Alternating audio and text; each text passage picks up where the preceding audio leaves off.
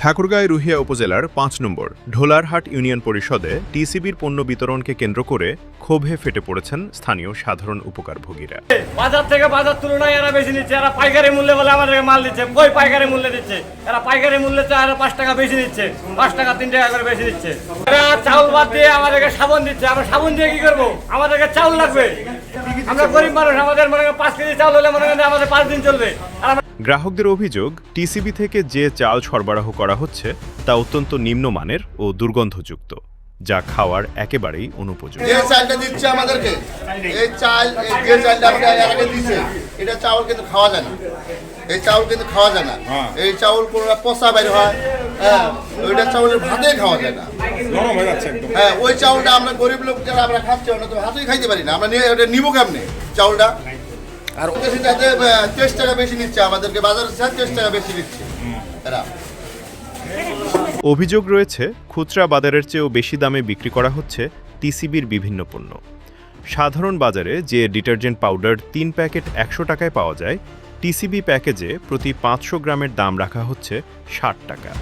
এছাড়া সাবান ও অন্যান্য পণ্যেও প্রতি কেজিতে বাড়তি দাম নেওয়া হচ্ছে বলে অভিযোগ গ্রাহক।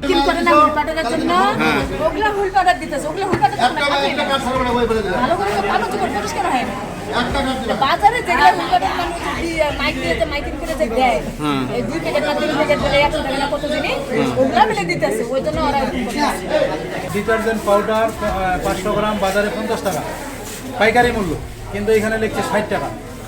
আপনার বিউটি সোপ বাজারে 45 টাকায় 500 গ্রাম 45 টাকায়, এখানে 45 টাকায়। আপনার লন্ডি সাবান বাজারে হলো 20 টাকা, 100 গ্রাম হলো 20 টাকা, এখানে লিখছে 23 টাকা। লবণ 1 কেজি বাজারেও 35 টাকা, এখানেও 35 টাকা। কিন্তু তাহলে বাজারের তুলনায় যদি একমাত্র তেলের সাশ্রয়টা দিয়ে আপনার কম হয়, তাহলে বাজারের তুলনায় এখানকার নেওয়ার চেয়ে বাজারে নেওয়াটা উত্তম। উপকারভোগীদের মূল দাবি চাল ও ভোজ্য তেল হলেও তা না দিয়ে জোরপূর্বক সাবান ও ডিটারজেন্ট প্যাকেজভুক্ত করার অভিযোগ তোলেন স্থলেন স্থানীয়রা। পাবলিক খেপে গেছে, পাবলিক বলতেছে বাজারের থেকে এখানে 30 টাকা বেশি, সম্পূর্ণ টাকা বেশি দিচ্ছে।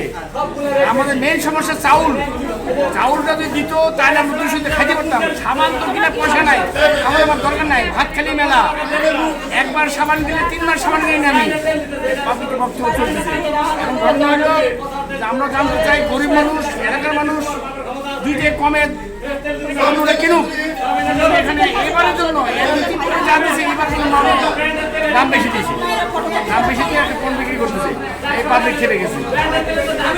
এ বিষয়ে টিসিবির পণ্য বিতরণকারী ডিলার লিটন কুমার ঘোষের কাছে উপকারভোগীদের অভিযোগগুলো জানতে চাইলে তিনি অস্বীকার করে বলেন, নিজস্ব কোনো পণ্য নয়, এটা সরকার থেকে দেওয়া, এবং কি এখানে লেখা আছে 40 আপনারা লোকেরা ঠিক মতো খেয়াল করতে পারেন, এবং এই সামানগুলোতেও লেখা আছে, এটাতে লেখা আছে 40 সিবি, ঠিক আছে? এই সামানটাতেও লেখা আছে 40, এটা শুধু টিসিবির জন্যই।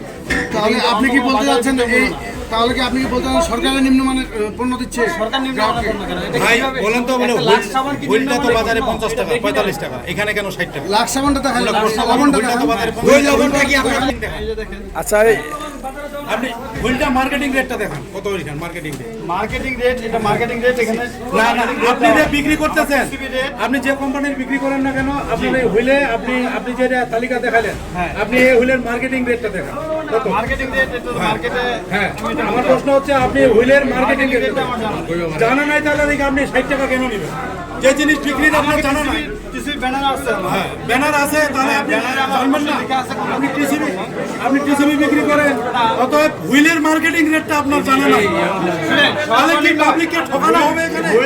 স্বল্প মূল্যে খাদ্যপণ্য পাওয়ার আশায় এসে এভাবে ঠকে যাওয়ায় চরম হতাশ নিম্ন আয়ের মানুষেরা।